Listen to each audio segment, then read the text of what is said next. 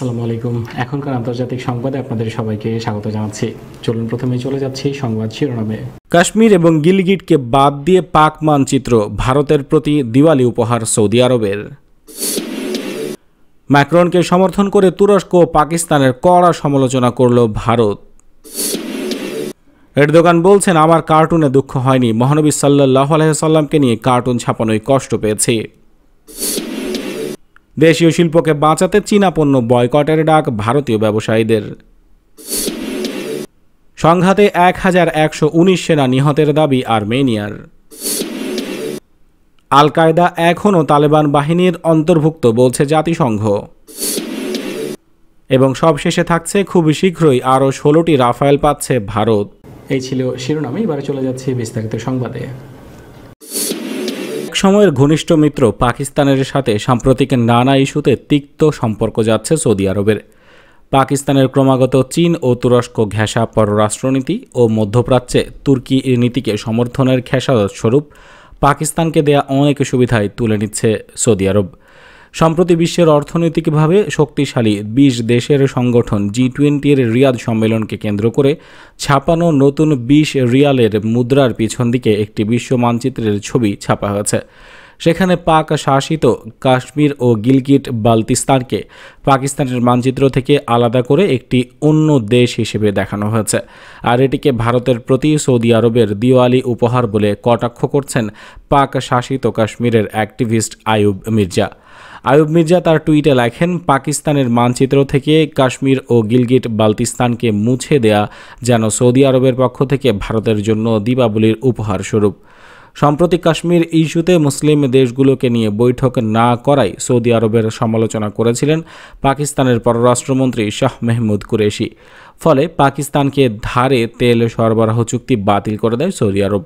পরিস্থিতি সামাল দিতে সেনাপ্রধান কামার জাভেদ বাজওয়াকে রিয়াদে পাঠিয়ে সম্পর্কের তিক্ততা কমানোর চেষ্টা করেছিলেন পাকিস্তানের প্রধানমন্ত্রী ইমরান খান, কিন্তু তার সেই উদ্যোগ কোনো কাজেই এলো না। পাকিস্তানের সেনাপ্রধানের সঙ্গে দেখাই করেননি সৌদি যুবরাজ মোহাম্মদ বিন সালমান।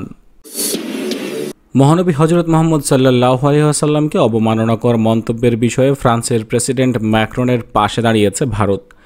এমনকি তুরস্কের প্রেসিডেন্ট রিসেপ তাইয়েব এরদোগান এবং পাকিস্তানের প্রধানমন্ত্রী ইমরান খানের প্রবল সমালোচনা করেছে দেশটি। ভারতের বিদেশ মন্ত্রক বিবৃতি দিয়ে বলেছে, ম্যাক্রনের বিরুদ্ধে ব্যক্তিগত আক্রমণ ঠিক নয়।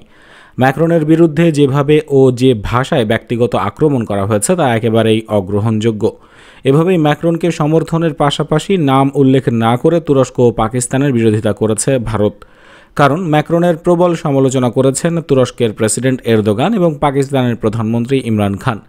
এই দুই দেশের সঙ্গে ভারতের সম্পর্ক ভালো নয়। বিদেশ মন্ত্রকের বিবৃতিতে বলা হয়েছে, যেভাবে ও যে ভাষায় প্রেসিডেন্ট ম্যাক্রনের বিরুদ্ধে আক্রমণ চালানো হচ্ছে আমরা তার তীব্র নিন্দা করছি। এই আক্রমণ আন্তর্জাতিক আলোচনার সব নিয়ম লঙ্ঘন করছে। শুধু ম্যাক্রন সমর্থনই নয়, ফরাসি শিক্ষকের হত্যারও নিন্দা করেছে ভারত। বিবৃতিতে বলা হয়েছে, আমরা ফরাসি শিক্ষকের নৃশংস হত্যার নিন্দা করছি।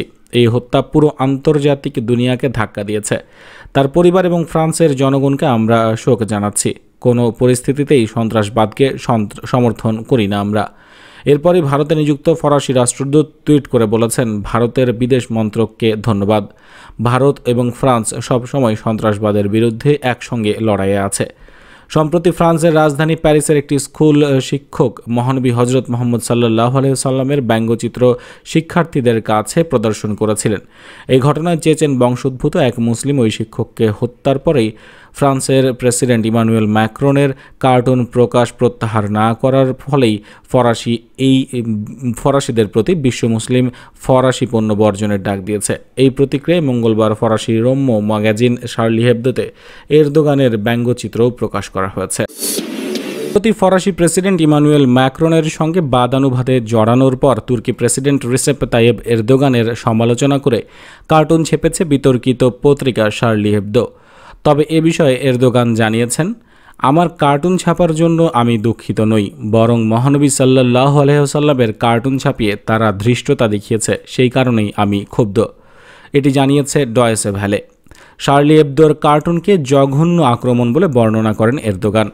ওই পত্রিকায় আগে ছাপা মহানবী হজরত মুহাম্মদ সাল্লাল্লাহু আলাইহি ওয়াসাল্লামের কার্টুন প্রসঙ্গে এরদোগান বলেন যে স্কাউন্ড্রেলরা আমাদের প্রিয় মহানবীকে নিয়ে ওই ধরনের কাজ করতে পারে তাদের সম্পর্কে আমরা কিছুই বলবো না, আমার কিছুই বলার নেই। এরদোগান জানিয়েছেন তার যে কার্টুন ছাপা হয়েছে তা তিনি দেখেননি। এরদোগান বলেছেন, আমার জঘন্য কার্টুন করেছে বলে আমার রাগ ও দুঃখ হয়নি। এই মিডিয়া আমাদের প্রিয় মহানবীর কার্টুন ছাপার অধ্যত্তা দেখিয়েছিল বলে আমি ক্ষুব্ধ। শার্লি এবদোর কার্টুনে দেখা যাচ্ছে এরদোগানের হাতে একটি পানীয়ের ক্যান। তিনি বোরখা পরা এক নারীর পিছনের কাপড় উড়িয়ে দিয়েছেন। আর কার্টুনের ক্যাপশন হলো, এরদোগান ব্যক্তিগত স্তরে খুব মজাদার। ভারতে দীপাবলি উৎসবকে সামনে রেখে সব ধরনের চীনা পণ্য বয়কটের ডাক দিয়েছে দেশীয় ব্যবসায়ীদের সংগঠন confederation of all India traders CAIT। এতে রপ্তানি খাতে আনুমানিক 40,000 কোটি টাকার ক্ষতির সম্মুখীন হতে পারে চীন। ভারতীয় গণমাধ্যমে প্রকাশিত প্রতিবেদনে এমন তথ্য পাওয়া গেছে। দীপাবলি উৎসবকে ঘিরে ভারতে 70,000 কোটি টাকার পণ্য কেনাবেচা হয়। এর সিংহভাগই চীনা পণ্য। সোনা রূপার গহনা থেকে শুরু করে প্রদীপ মোমবাতি পর্যন্ত সব ধরনের চীনা পণ্য বিক্রি হয় এই উৎসবে। তবে চীনকে কোণঠাসা করতে এবার দীপাবলিতে সব ধরনের চীনা পণ্য বিক্রি না করার সিদ্ধান্ত নিয়েছে স্থানীয় ব্যবসায়ীরা। এতে বিপাকে পড়েছেন চীনা রফতানিকারকরা। দীপাবলিতে আত্মনির্ভর ভারত গড়ার আহ্বান জানিয়েছেন ভারতের প্রধানমন্ত্রী নরেন্দ্র মোদী। এই আহ্বানে সাড়া দিয়েছেন ব্যবসায়ীরা। CITর দাবি, স্থানীয় 7 কোটি ব্যবসায়ী এই উদ্যোগে সামিল হচ্ছেন। তবে চীনে পণ্যের উপর ভারতীয় বাজার যেভাবে নির্ভরশীল, সেক্ষেত্রে তাদের পণ্য বর্জন করা কতটা সম্ভব হবে সে ব্যাপারে অনেকের প্রশ্ন আছে। তারা বলেছেন, দেশীয় শিল্পকে বাঁচাতে এ ধরনের পদক্ষেপ খুবই জরুরি। তবে প্রথমেই চীনা পণ্য পুরোপুরি বর্জন করা সম্ভব হবে না। তবে অনেক আগে থেকে এই ব্যাপারে প্রস্তুতি নেওয়া শুরু হয়েছে বলে টাইমস অব ইন্ডিয়াকে জানিয়েছে CITর সাধারণ সম্পাদক প্রদীপ খান্ডেলওয়াল। তিনি জানান, রাজ্যে রাজ্যে কনফেডারেশনকে এই বিষয়ে উদ্যোগ নিতে বলা হয়েছে অনেক আগেই। ছোট ছোট শিল্প সংস্থা বা বেকার যুবকদের এইসব পণ্য উৎপাদনের জন্য সহায়তা করা হচ্ছে। এজন্য বেশ কয়েকটি জায়গায় প্রশিক্ষণের ব্যবস্থাও করা হয়েছে। দোকান মালিকরা নতুন পণ্য নেয়ার ক্ষেত্রে দেশীয় পণ্যকে অগ্রাধিকার দিচ্ছেন বলে জানিয়েছেন তিনি। বিরোধপূর্ণ অঞ্চল নাগোর্নো কারাবাখ অঞ্চলের প্রতিরক্ষা মন্ত্রণালয়ের দাবি, আজারবাইজানের সেনাবাহিনীর সঙ্গে সংঘাতে নতুন করে আরও 51 সেনা নিহত হয়েছেন। এ নিয়ে গত 27 সেপ্টেম্বর থেকে শুরু হওয়া সংঘাতে বৃহস্পতিবার তাদের সেনা নিহতের সংখ্যা বেড়ে দাঁড়িয়েছে 1119 জনে। ব্রিটিশ বার্তা সংস্থা রয়টার্সের প্রতিবেদন থেকে এসব তথ্য জানা গেছে। নাগোর্নো কারাবাখ অঞ্চল নিয়ে আর্মেনিয়া আজারবাইজানের পুরনো সংঘাতে গত 27 সেপ্টেম্বর থেকে নতুন করে আবার শুরু হয়েছে যুদ্ধ। এরই মধ্যে সংঘাতে কয়েকশো মানুষের প্রাণহানি হয়েছে। সংঘাত নিরসনে রাশিয়ার উদ্যোগে আর্মেনিয়া আজারবাইজান দুটি অস্ত্রবিরতি চুক্তিতে পৌঁছার পরও লড়াই থামেনি। সবশেষ যুক্তরাষ্ট্রের পক্ষ থেকে সংঘাত নিরসনের প্রচেষ্টা চালানো হয়। এর অংশ হিসেবে তৃতীয় দফার অস্ত্রবিরতি পৌঁছায় দুই দেশ। স্থানীয় সময় গত সোমবার সকাল থেকে অস্ত্রবিরতি কার্যকর হয়। এর কয়েক মিনিটের মাথায় আজারবাইজানের প্রতিরক্ষা মন্ত্রণালয় বিবৃতি দিয়ে বলা হয়, আর্মেনীয় বাহিনী টেটের ও লাচিন অঞ্চলের বিভিন্ন গ্রামে শেল নিক্ষেপ করেছে। ফলে কার্যত ভেঙে পড়ে তৃতীয় দফার অস্ত্রবিরতিও। উল্লেখ্য, নাগোর্নো কারাবাখ অঞ্চলটি আজারবাইজানের ভেতরে অবস্থিত হলেও ইয়েরেভান সরকারের পৃষ্ঠপোষকতা নিয়ে তা নিয়ন্ত্রণ করে আসছে আর্মেনীয় বিচ্ছিন্নতাবাদীরা। আফগানিস্তান থেকে সেনা প্রত্যাহার নিয়ে তালেবানের সাথে যুক্তরাষ্ট্রের চুক্তি স্বাক্ষরের সত্ত্বেও আল কায়দা এখনও তালেবান বাহিনীর সঙ্গে অন্তর্ভুক্ত বলে সতর্ক করেছেন জাতিসংঘের এক প্রবীণ কর্মকর্তা। বিবিসির প্রতিবেদনে জানানো হয়েছে, বছরের শুরুর দিকে দীর্ঘ 19 বছর ধরে চলা আফগান যুদ্ধের অবসানে কাতারের মধ্যস্থতায় এই চুক্তি স্বাক্ষরিত হয়। কাতারের রাজধানী দোহায় মার্কিন পররাষ্ট্রমন্ত্রী মাইক পম্পে এবং তালেবান নেতাদের উপস্থিতিতে এই চুক্তি সই হয়।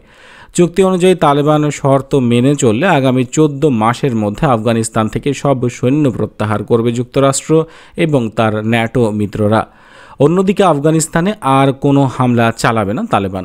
তাদের নিয়ন্ত্রিত এলাকাগুলোতে আল কায়দাকে কোনো তৎপরতা চালাতে না দেওয়ার অঙ্গীকার করেছে তারা। তবে জাতিসংঘের ইসলামিক স্টেট, আল কায়দা এবং তালেবান মনিটরিং টিমের সমন্বয়কারী এডমন্ড ফিটন ব্রাউন বিবিসিকে বলেছেন, যুক্তরাষ্ট্রের সাথে তালেবানের চুক্তিটি শেষ হওয়ার ক্ষেত্রে তালেবান আল কায়দার প্রতিশ্রুতি দিয়েছিল যে দুটি গ্রুপই মিত্র থাকবে।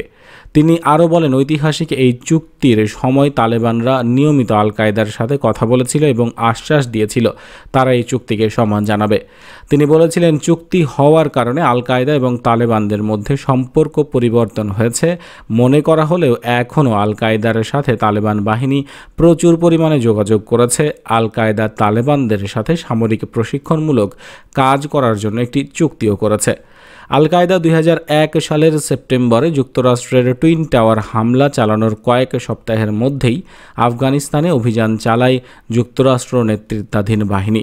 19 বছরের এই যুদ্ধে কত সংখ্যক আফগান বেসামরিক আইনশৃঙ্খলা বাহিনীর সদস্য ও তালেবান সদস্যের প্রাণ গেছে তার সঠিক পরিসংখ্যান বের করাটা কঠিন। তবে 2019 সালের ফেব্রুয়ারিতে জাতিসংঘের এক প্রতিবেদন মতে এই যুদ্ধে 32,000-এর বেশি সাধারণ নাগরিক নিহত হয়েছেন। আর যুক্তরাষ্ট্রের রোড আইল্যান্ডের ব্রাউন ইউনিভার্সিটির ওয়াটসন ইনস্টিটিউটের তথ্য মতে আফগান যুদ্ধে নিরাপত্তা বাহিনীর 58,000 সদস্য এবং বিরোধী পক্ষের 42,000 যোদ্ধা নিহত হয়েছে। ফ্রান্স থেকে আরও 16টি যুদ্ধবিমান রাফায়েল পাচ্ছে ভারত। আগামী 5 নভেম্বর 3টি রাফায়েল ভারতের হরিয়ানার আম্বালা বিমান ঘাঁটিতে পৌঁছাবে। এগুলো ভারতীয় বিমান বাহিনীর গোল্ডেন অ্যারো 17 নম্বর স্কোয়াড্রনের অন্তর্ভুক্ত হবে। এছাড়াও দেশটিতে জানুয়ারিতে 3টি, মার্চে 3টি এবং এপ্রিলে 7টি রাফায়েল পৌঁছাবে।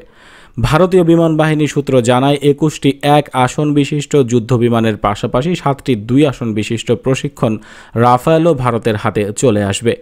যুদ্ধ বিমানগুলোর মধ্যে 18টি আম্বালায় রেখে 3টিকে উত্তরবঙ্গের আলিপুর দুয়ারের হাসিমারা বিমান ঘাঁটিতে পাঠানো হবে। 2016 সালের চুক্তি অনুযায়ী ফ্রান্স থেকে মোট 36টি রাফায়েল বিমান কিনছে ভারত। 2022 সালের সেপ্টেম্বরের মধ্যে সব বিমান ভারতে এসে পৌঁছানোর কথা রয়েছে। চতুর্থ প্রজন্মের medium multirole combat aircraft Rafale রয়েছে ইউরোপের মিসাইল প্রস্তুতকারী সংস্থা MBD এর Meteor beyond visual range air to air ক্ষেপণাস্ত্র, ক্রুজ ক্ষেপণাস্ত্র স্কাল্প এবং হ্যামার ক্ষেপণাস্ত্র। আকাশে উঠতে উঠতেই জ্বালানি ভরে নিতেও সক্ষম এটি। 2007 সালে ইউপিএ সরকারের আমলে ফ্রান্সের দাসো এভিয়েশনের কাছ থেকে 126টি রাফায়েল যুদ্ধবিমান কেনার চুক্তি হয়েছিল।